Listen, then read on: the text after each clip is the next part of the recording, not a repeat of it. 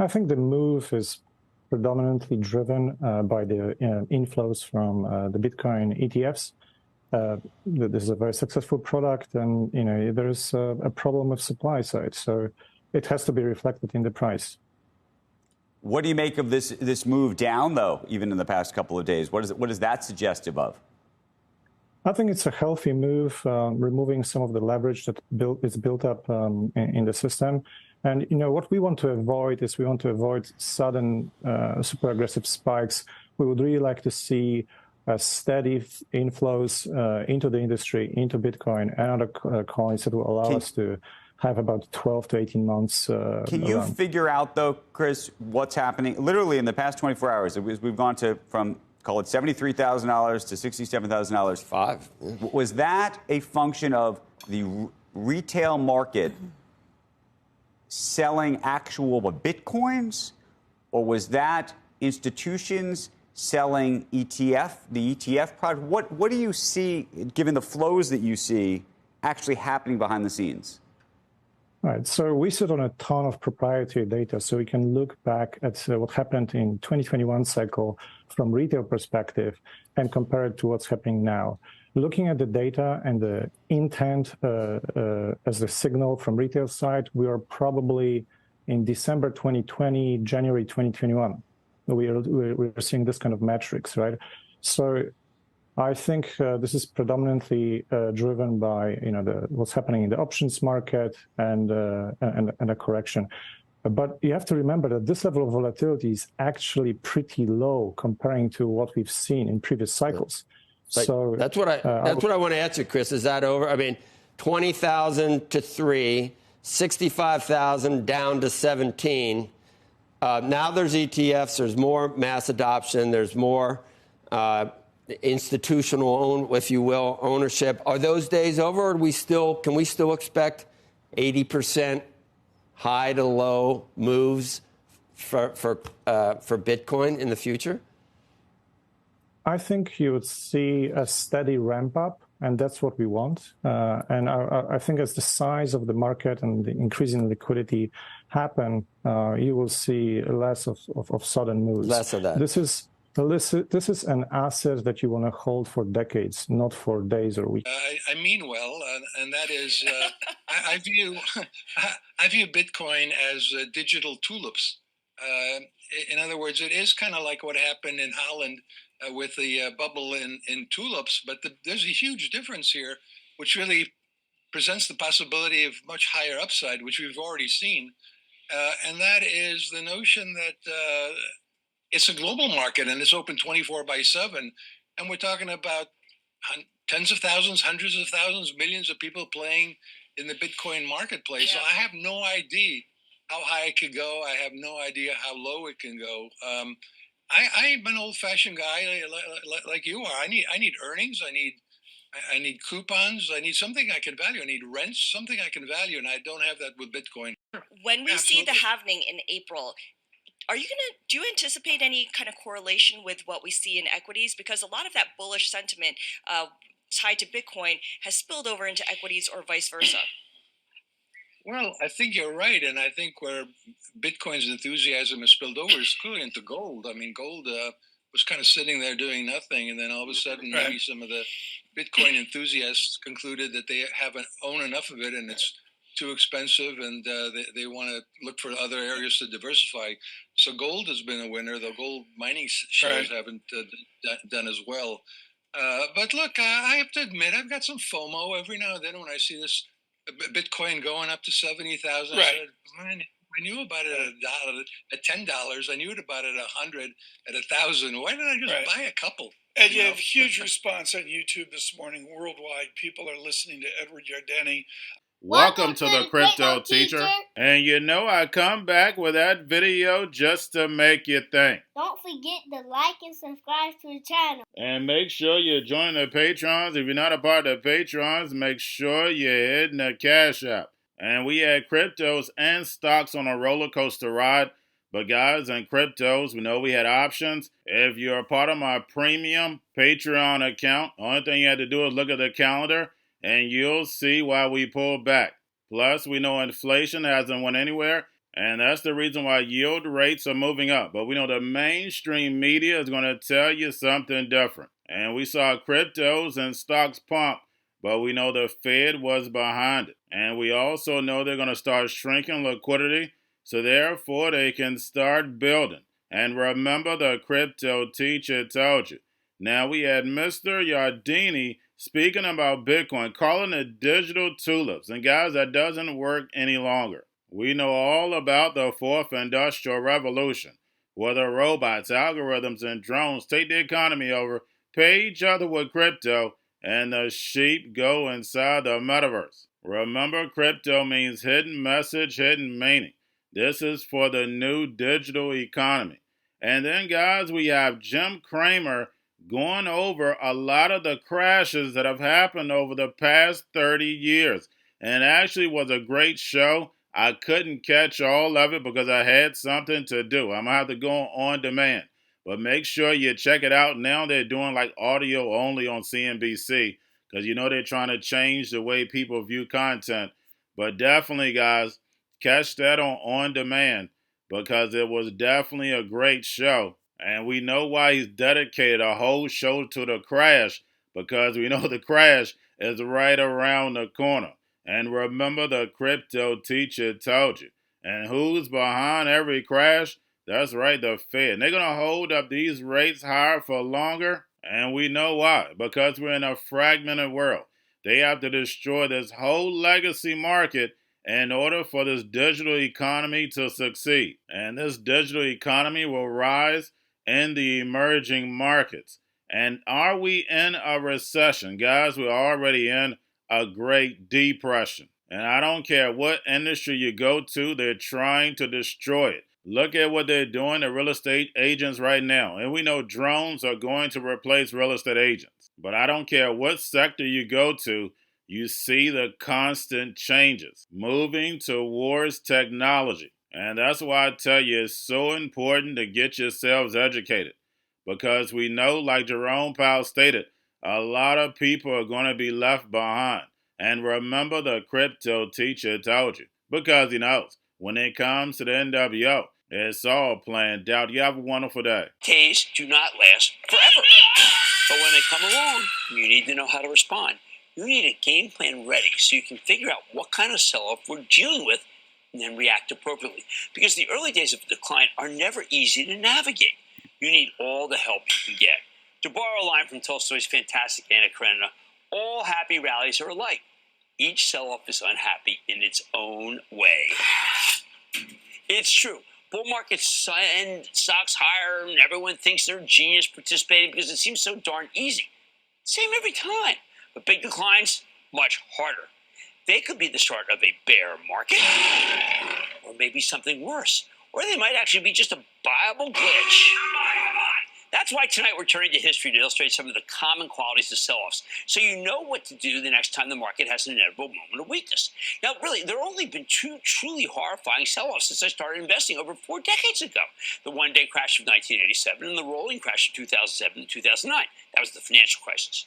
Do you know what? Even the COVID crash, when the S&P 500 lost 35% of its value in just over a month, that wasn't nearly as bad as these two, especially when you remember that the market started rebounding almost immediately. So let's deal with the two big ones head on, because they make for great examples. 1987 and the financial crisis are actually polar opposites, although the percentage declines are really pretty similar. At just 3.5% CPI, 3% PPI. So will the Fed move come June? And you're absolutely right, Sonali. I think it's 50-50. And so this higher for longer is real.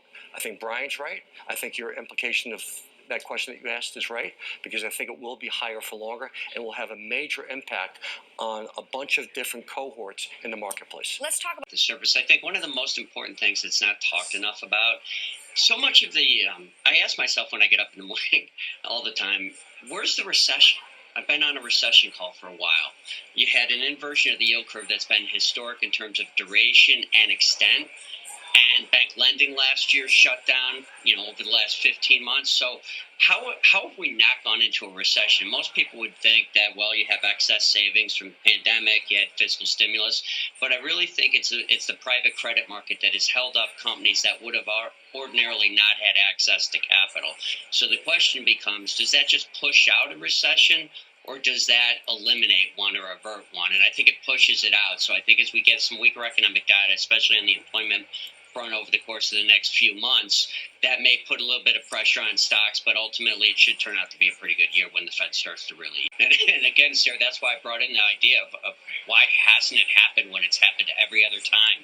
The capital markets shut down, the bank lending shut down, the money supply went negative for the first time in history. There had to be a source of capital for companies to have access to money when you couldn't get it anywhere else. And for the first time in history, we have private credit bigger than the high yield market, bigger than the levered loan market, at 1.7 to 1.8 trillion. So why do I think we're going to get it now? Number one, we've been in a recession in the manufacturing sector. What most people don't know, Sarah, is that there's something called the initiation survey rate. We had 176,000 job reduction in the estimate in the last 2 months at the latest payroll data. Prior to the pandemic, if I reached out to CNBC and said, how many people are you hiring? How many people are you firing? Historically, 70% of companies would respond quickly enough to put it in the initial number. It's called the initiation survey rate. Post-pandemic, that's dropped to 40. In January of this year, according to the BLS, it was 27%. So we have widely incomplete data. The vast majority of the time in the last year, it's been negatively revised. I mean, how many people like me came on TV a month ago and said the Fed may not even cut rates because employment was up 335,000 jobs, only to be revised significantly lower? So I think it's going to come from a weaker employment picture. The longer that the Fed stays higher, the higher for longer, the steeper the debt cliff comes when it's time to roll it over. Agents are great, and I absolutely would use an agent. I'd use an agent to help sell my house. I'd use an agent to help buy my house. But what I wouldn't do is force the homeowners to pay for it. I wouldn't make the homeowners be the ones, if they want to list a house, to go find an agent. You don't make them pay for the other side. It's just, there's no other industry in our country where that exists. And the United States used to be the only place that happened. It doesn't happen that way anymore, because now NAR is coming forward and changes are coming. And I know it's scary to people, and it's scary to people who are used to the way that it was. But look, it changes. We used to have travel agents where you'd want to book a plane flight or a hotel. You'd pay 10% to a travel agent. We don't use those anymore, do we? But people still travel. People are still going to buy houses. They're just going to be more affordable and less commissions. And that's a wonderful thing for our country. Josh, what's your prediction about what happens to the system as a whole if the judge approves this settlement? Well, I think I should just retire. I mean, I don't even know why I'm doing this anymore.